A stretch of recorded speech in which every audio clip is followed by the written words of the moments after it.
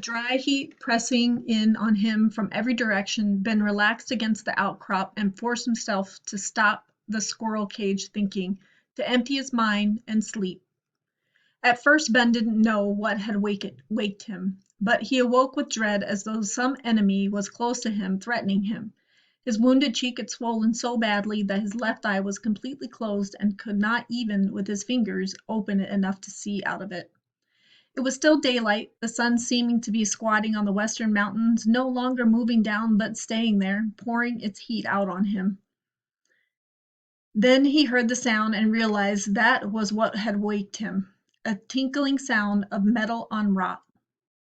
Pushing himself up a little, his head toward the sound, and turned far enough to see with his right eye, he looked down. Ben could only see Madak's head and shoulders and could not tell what he was doing. Pushing himself up, pain throbbing into his legs, he looked around the outcrop.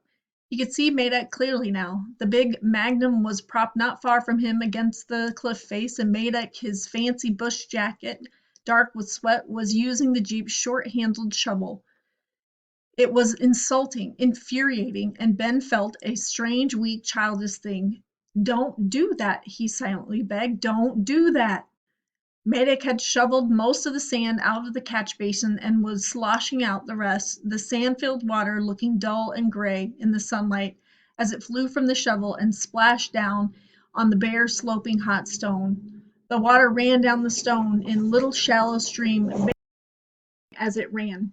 Medak shoveled and scooped until the basin was empty, the sand all around it drying fast in the dying sunlight, turning from an almost black dampness to the faint brown of dry sand.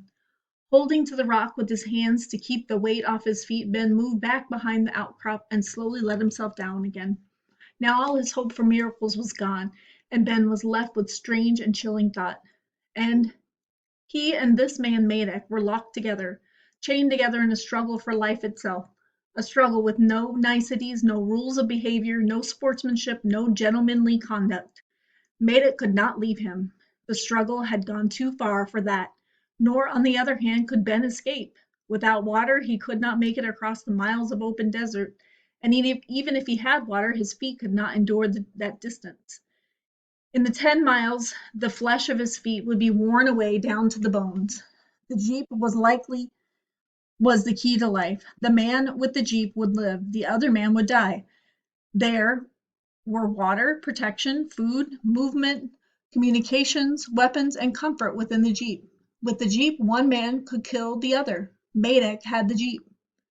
Ben sat watching Medak walking back to the Jeep, the gun over his shoulder, the shovel swinging his hand. He looked so satisfied with himself, so jaunty in the cocked-up Australian hat. Ben had been close to death a few times, on highways, on a high crag, once in a helicopter when the rotor clipped the treetop. The closeness could be measured in inches or seconds, and death had gone past him before he actually recognized how close it had been. At those times, the fear came after death had gone, and he could in safety think back to what might have happened. Now it was different. Death was close, and he knew that. But now he had time. He could sit there and think about it, could feel it coming, slowly, minute by minute, hour by hour. In his mouth and throat, he could feel death as strange, unwettable dryness which his saliva could not diminish. He could feel it in the swelling of his tongue, which had started back in his throat and seemed about to choke him with its dry mass. 20 more hours? Or was it only 19 now? The sun had finally started moving down behind the huge mountains in the west. Like a hand stretched out to help him along, thin and almost rectangular shadow came steadily across the desert toward him. Ben followed the movement of the shadow with his eyes. 300 million years ago, the place where he now sat had been submerged beneath an inland sea, and the plateau at the foot of the mountains had been great marsh covered with weird, enormous mosses and ferns. Then the first animals with backbones had appeared, strange fish, and later there were reptiles in the swamps. At this time, the great eruptions, the immense flowing of the lava, the extrusion of mountains from almost fluid surface of the earth had quieted and the climate became cold. All the northern world lay under thousands of feet of solid ice. 200 million years ago, dinosaurs had walked there where the Jeep now sat, and 6 million years later, Tyrannosaurus lizards that stood 20 feet high and had fearsome claws and teeth roamed what was then almost all marshland lying under a cool and rainy climate. And then about 60 million years ago, the earth here had become violent again. The whole chain of the Rocky Mountains was vomited upward, and volcanoes erupted and built themselves up and died and were eroded away by wind and water. At this time, the climate was mild and pleasant, and the first horses had appeared hardly as big as a basset hound, with toes rather than hooves. At some point, all the violence of prehistory, there had been a volcano about 7 miles from where Ben sat. Rock melted by the intense heat of the earth's deep interior and had pushed upward by imaginable pressures and broken through the cool crust of the earth at that place. This molten rock, called magma, had been forced upward with great violence, filling the sky with a fountain of stone so hot it flowed like water. And like water, the stone had fallen back around the hole in the earth, slowly forming a cone of cooling rock, building up layer by layer into the conical shape of a volcano. Even as this mountain of once molten rock was forming, magma continued to be pushed upward, not only through the hole in the earth, but up through the hole in the conical mountain.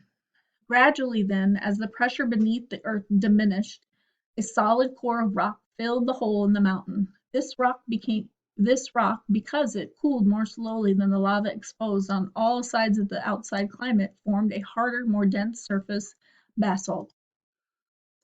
As the volcano died, the winds loaded with fine particles of sand and pumice from the volcano began to erode its conical sides. And rain ran down the slopes, washing them slowly away, and cold, which froze the water, caught the stone, cracked, split, and splintered the surface, and the sea rose and lapped up the top of the basalt's core.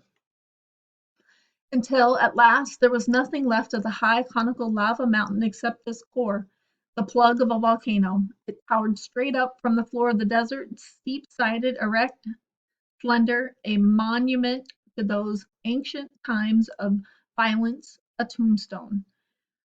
And its shadow beckoned him, its shape haunted his mind. Ben estimated the butte to be about 400 feet tall and a half-mile circumference.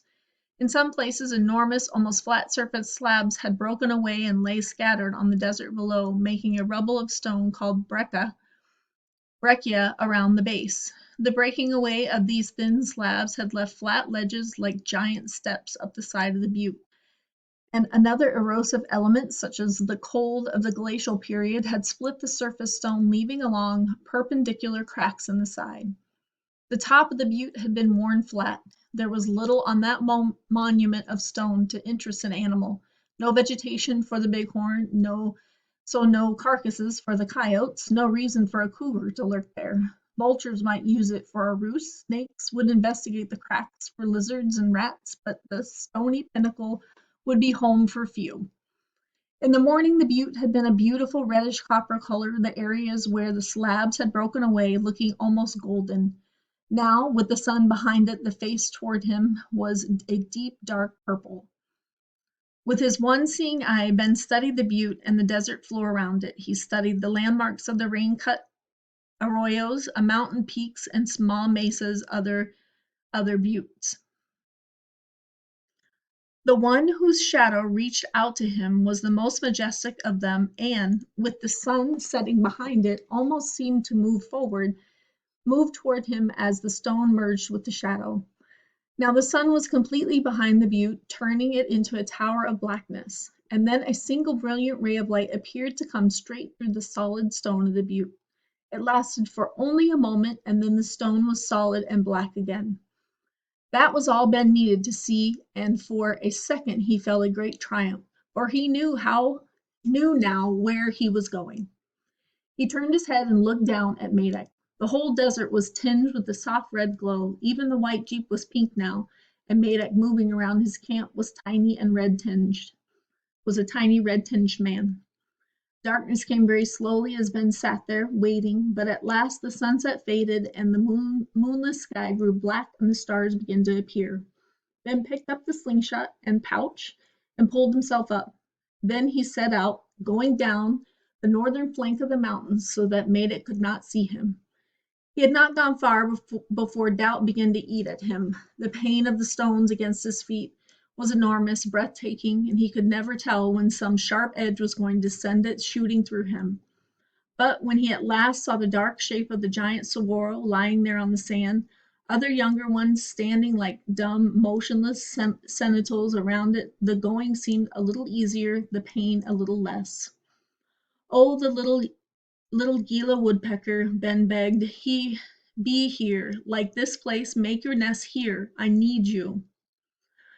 He had often wondered angrily how a woodpecker could be so much smarter than a man. The Gila woodpecker knew better than to kill a giant saguaro. The bird, like men, left its mark on the giant cactus, but unlike men, it never killed one. A saguaro 10 years old is no bigger than a baseball. At 21, it's as tall as a man. After 75 years of life in the rugged desert, it will have grown to 12 feet, but it will still be a dwarf among its elders. For after 200 years, when the saguaro is full grown, it towers 50 feet above the desert, a great thorny stalk of growth with strong, upright praying arms. A man carving its initials in the skin of a saguaro, initials that will probably never be seen again by another man, can cause this giant 200-year-old plant literally to bleed to death. And many men have done just that. The Gila woodpecker, on the other hand, knows when it's not safe to nest in a saguaro. It will never injure the plant during the rainy season, for the little bird depends on the saguaro and will not hurt it. However, when a nest will do no damage, the woodpecker cuts a small, round hole through the tough hide of the plant and works its way into the saguaro's pulpy, wet interior. Then the bird howls out a place for a nest, and the plant soon coats the walls of the nest with a tough, dry, corky plaster, which not only keeps the moisture of the plant from running out of thus killing it, but keeps the nest dry and snug for baby Gila woodpeckers. In an old plant, there would be dozens of these nests, which, when the plant eventually dies, remain looking like dry, somewhat shapeless boots. The moon was coming up when Ben reached the old cactus. Now long dead as it lay on its side on the floor of the desert, nothing was left of it now except a cylindrical cage of what in the first moonlight looked like long, slim fishing poles. These hollow ribs had once been the pipes for water storage, pumping water almost as fast as it was gathered from the roots, which often spread out for 60 feet around the base of the plants. Now they were bone dry and crackled as he pulled them aside and lifted out one of the woodpecker nests, a tough skin, gourd-shaped thing with a hole at one end of it. Ben worked two of them